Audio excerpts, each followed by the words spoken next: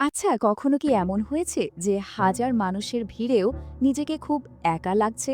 মনে হচ্ছে সবাই যেন আছে, কিন্তু আপনাকে কেউ দেখতেই পাচ্ছে না? আজকের এই পর্বে আমরা ঠিক এই ভয়টার কথাই বলবো। চলুন অরিন্দম বসু নামের এক খুব সাধারণ মানুষের এক অসাধারণ গল্পের গভীরে যাওয়া যাক। দয়া করে আমাকে একবার দেখুন। কে এই একটা লাইন, কিন্তু এর মধ্যেই আমাদের গল্পের নায়ক অরিন্দম বসুর পুরো জীবনের কষ্টটা যেন লুকিয়ে আছে। এটা আসলে শুধু দেখার জন্য একটা অনুরোধ না, এটা নিজের অস্তিত্বকে টিকিয়ে রাখার জন্য একটা ডেসপারেট আরতি। চলুন জেনে নিই কেন তাকে এই কথাটা বলতে হচ্ছে। তো গল্পের প্রথম অংশে আমরা অরিন্দমের জগতে ঢুকব। মানুষটা কে? আর সবচেয়ে বড় প্রশ্ন হলো, সে কেন নিজেকে অদৃশ্য মনে করে? তার এই সামাজিক অদৃশ্য হয়ে যাওয়ার কারণগুলোই আমরা এখন এক এক করে দেখব। এখানে একটা জিনিস খেয়াল করুন, অরিন্দম কিন্তু নিজের বর্ণনাটা খুব অদ্ভুতভাবে দিচ্ছে। সে কি সেটা বলছে না, বরং সে কি নয় সেটার একটা লম্বা লিস্ট দিচ্ছে। যেমন, তেমন রোগা নয়, তেমন কালোও নয়, চুল পড়ছে কিন্তু টাক পড়েনি, মানে কোনো কিছুই চোখে পড়ার মতো না। তার চেহারাটা এতটাই সাধারণ যে কারো মনে রাখার মতো নয়। আর এটাই হয়ে দাঁড়ায় তার জীবনের সবচেয়ে বড় ট্র্যাজেডি। আর এই সাধারণ চেহারাটা যে শুধু তার বাইরেই তা না, এটা তার ভেতরের পরিচয় হয়ে উঠেছে। ভাবুন তো একবার, ঠাসা বাসের ভিড়ে নিজেকে তার মানুষ বলে মনে হয় না, মনে হয় একটা ছোট্ট ইঁদুর। কেউ তার গায়ের ওপর হেলে পড়লেও খেয়াল করে না। এই ব্যাপারটা তাকে রোজ মনে করিয়ে দেয় এই পৃথিবীতে তার থাকা বা না থাকাটা কতটা অর্থহীন। ভিড়ের মধ্যে হারিয়ে যাওয়া তো একটা ব্যাপার, কিন্তু নিজের সবচেয়ে কাছের মানুষের চোখের সামনে থেকে অদৃশ্য হয়ে যাওয়া, সেটা তো আরও অনেক বেশি কষ্টের। এবার আমরা দেখব অরিন্দমের এই সমস্যাটা কিভাবে তার ব্যক্তিগত জীবনে, তার সম্পর্কেও ঢুকে পড়ে। ঘটনাটা তাদের বিয়ের ঠিক পরেই। নিউ মার্কেটের ঝলমলে আলো, নতুন নতুন জিনিস, এই সবে অরিন্দমের স্ত্রী এতটাই মগ্ন যে অরিন্দম পাশে আছে কি নেই তা খেয়ালই করছে না। তখন অরিন্দম ইচ্ছে করে একটু পিছিয়ে পড়ে। সে আসলে দেখতে চায় তার স্ত্রী তার অনুপস্থিতিটা টের পায় কি না, কিন্তু পায় না। তার স্ত্রী নিজের মনে দোকানের দিকে এগিয়ে যেতেই থাকে। আর এরপর যা হয় সেটা এক কথায় অবিশ্বাস্য। যখন তার স্ত্রী তাকে খোঁজাখুঁজি শুরু করে, অরিন্দম ঠিক তার সামনে গিয়ে দাঁড়ায়, একদম মুখোমুখি। তার স্ত্রী তার দিকে সরাসরি তাকায়, কিন্তু তাকে দেখে না। সে তার স্বামীকেই খুঁজছে, আর সেই স্বামী তার সামনে একটা অচেনা মানুষ হয়ে দাঁড়িয়ে আছে। ভাবা যায়? আর এটা কিন্তু একবার নয়, বেশ কয়েকবার হয়। অরিন্দম বারবার তার সামনে আসে, কিন্তু প্রতিবারই তার স্ত্রী তাকে পাশ কাটিয়ে চলে যায়। শেষে যখন অরিন্দম কথা বলে ওঠে, তখন সে তাকে চিনতে পারে।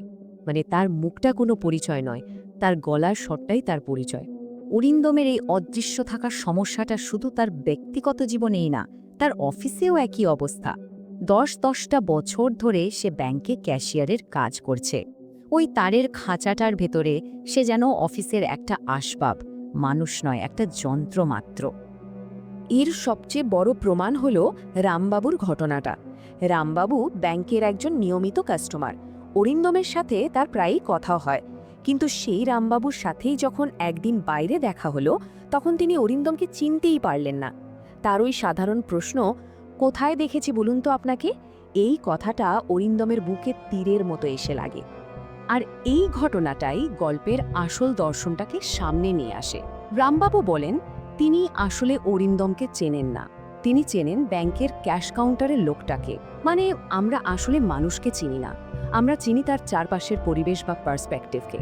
ওই তারের খাঁচাটা ছাড়া অরিন্দমের যেন আর কোনো পরিচয় নেই। এত সব হতাশার মধ্যে অরিন্দমের জীবনে কিন্তু একটা আশার আলো ছিল, তার ছোট ছেলে হাপু। এবার আমরা গল্পের সেই অংশে যাব যেখানে অরিন্দম কারো কাছে সত্যি দৃশ্যমান। এই গোটা পৃথিবীতে যদি একজনও থেকে থাকে যে অরিন্দমকে সত্যি দেখে, সে হলো তার 4 বছরের ছেলে হাপু। অরিন্দম অফিস থেকে ফিরলে একমাত্র হাপুই ছুটে এসে তার কোলে ঝাঁপিয়ে পড়ে, মেলায় যাওয়ার জন্য অধীর আগ্রহে অপেক্ষা করে। এই একটা সম্পর্কেই অরিন্দম ইনভিজিবল নন, তিনি একজন ভাব। কিন্তু এই আনন্দটাই মুহূর্তের মধ্যে দুঃস্বপ্নে পরিণত হয়। রথের মেলার সেই ভিড়, সেই আনন্দের মধ্যেই অরিন্দমের পৃথিবীটা হঠাৎ করে থেমে যায়। তার ছেলে হাপু, তার নীল শার্ট পরা ছোট্ট ছেলেটা ভিড়ের মধ্যে কোথাও যেন হারিয়ে যায়। অরিন্দম তখন পাগলের মতো হয়ে যায়। সে চারপাশের সবাইকে জিজ্ঞেস করতে থাকে, আপনারা কি নীল জামা পরা 4 বছরের একটা বাচ্চাকে দেখেছেন? তার গলার স্বরে তখন চূড়ান্ত আতঙ্ক আর হতাশা। কিন্তু যখন একজন লোক তাকে জিজ্ঞেস করে যে ছেলেটার মুখটা কেমন, দেখতে কেমন, ঠিক তখনই অরিন্দম যেন জমে যায়। এক ভয়ঙ্কর সত্যি তার সামনে এসে দাঁড়ায়। সে বুঝতে পারে সে তার নিজের ছেলের চেহারার কোনো বিশেষত্বই মনে করতে পারছে না। তার মুখ দিয়ে শুধু বেরিয়ে আসে, খুবই সাধারণ মুখ, অনেকটা আমারই মতো। আর এখানেই গল্পটা তার সবচেয়ে মর্মান্তিক মোড় নেয়। যে সাধারণ চেহারা, যে অদৃশ্য হয়ে থাকাটা তাকে সারা জীবন কষ্ট দিয়ে এসেছে, আজ সেই অভিশাপটাই তার সবচেয়ে ভালোবাসার মানুষটাকে খুঁজে পাওয়ার পথে সবচেয়ে বড় বাধা হয়ে দাঁড়িয়েছে। গল্পের এই শেষ পর্যায়টা আমাদের কিছু খুব গভীর প্রশ্ন নিয়ে ভাবতে বাধ্য করে। অরিন্দমের ওই ডেসপারেট মুহূর্তগুলো আসলে আমাদের সবার জন্যই একটা আয়না।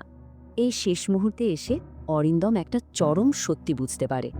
তারই ব্যক্তিগত যন্ত্রণা, তার ছেলের হারিয়ে যাওয়া, এই বিশাল পৃথিবীতে এসবের কোনো দাম নেই। একদিকে মানুষ চাঁদে যাচ্ছে, দেশে বিপ্লব হচ্ছে, খেলা নিয়ে মাতামাতি চলছে, আর অন্যদিকে অরিন্দম বসু তার ছেলেকে খুঁজছে। তার এই আর্তনাদটা পৃথিবীর কোলাহলে হারিয়ে যাওয়া একটা কান্নার মতো। অরিন্দমের শেষ কথাগুলো শুধু তার ছেলের জন্য না, এটা যেন আমাদের সবার জন্য একটা অনুরোধ। আমাকে একটু দেখে রাখুন, দয়া করে ভুলে যাবেন না। এই কথাগুলো আমাদের সমাজের দিকে একটা বড় প্রশ্ন ছুড়ে দেয়। আমরা তো রোজ কত শত অরিন্দম বসুর পাশ দিয়ে হেঁটে যাই, তাদের দিকে তাকাই, কিন্তু সত্যিই কি তাদের দেখি? এই গল্পটা শেষে একটাই প্রশ্ন রেখে যায়, পরের বার যখন কারো দিকে তাকাবেন, তাকে কি আসলেই দেখতে পাবেন?